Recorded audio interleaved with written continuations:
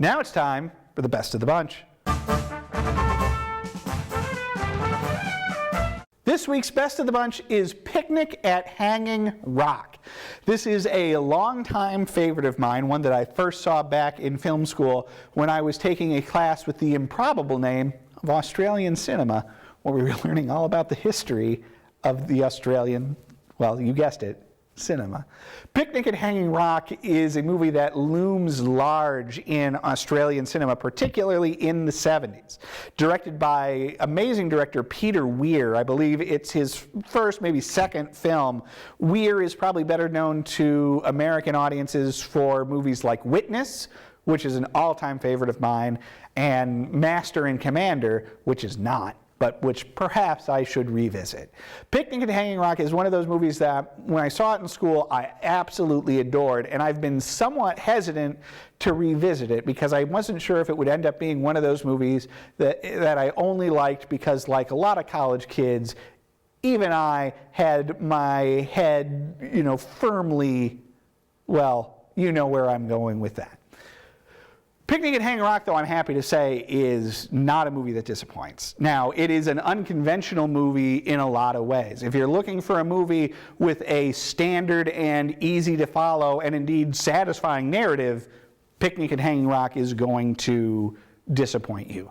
The movie is about a girls' boarding school in like the late 1800s in Australia. One day, I believe it's Valentine's Day, they pack all the girls up in a couple of horse-drawn carriages and drive them out to an Australian rock formation called Hanging Rock, which I believe, but I am not certain because I didn't do the research like I should have, is known today as Uluru, but I could be very wrong about that. In any event, once they get out there, a couple of the girls go go to explore the rock and then disappear.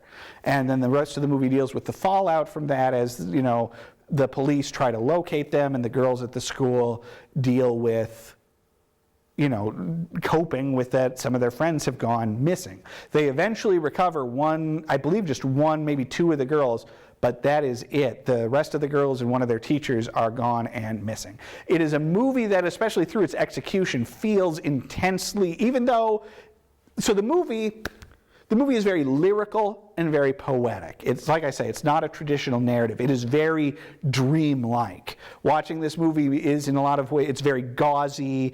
The music is very sort of hypnotic and lyrical, often provided by, I kid you not, Zamfir, master of the pan flute. But it's very, not catchy, catchy is the wrong word, but a very hypnotic score. And the movie is itself very hypnotic. It's very artistic. And yet that dreamlike, hypnotic factor does in many ways make the movie feel, in its way, almost hyper-real. Like, well, this must be based on a true story, this tragedy of these girls who went missing. Turned out, in what little research I did do about the movie, it isn't based on a true story at all. It's based on a novel, and there is a persistent idea that this is a thing that really happened, but definitely did not. And it's a testament to Weir and his collaborators that they're able to make something that is at once so, beautifully poetic and dreamlike, but that also feels like it must be real. At the heart of the movie is sort of an abstract idea of women coming of age and dealing with growing up and what that means for them and for their bodies, that the movie handles in a really wonderful allegorical way, where there's a degree to which the disappearance into the rock seems to symbolize the dawning womanhood of some of the students.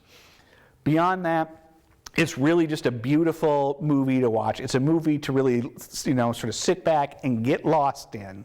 I strongly recommend checking it out, but do try to go into it with your expectations, right where they should be. Don't go into this expecting like a really fast-paced, procedural film. You're not going to get that. But be ready for a movie to just wash over and encompass you for its runtime. Picnic at Hanging Rock, 4.5 stars.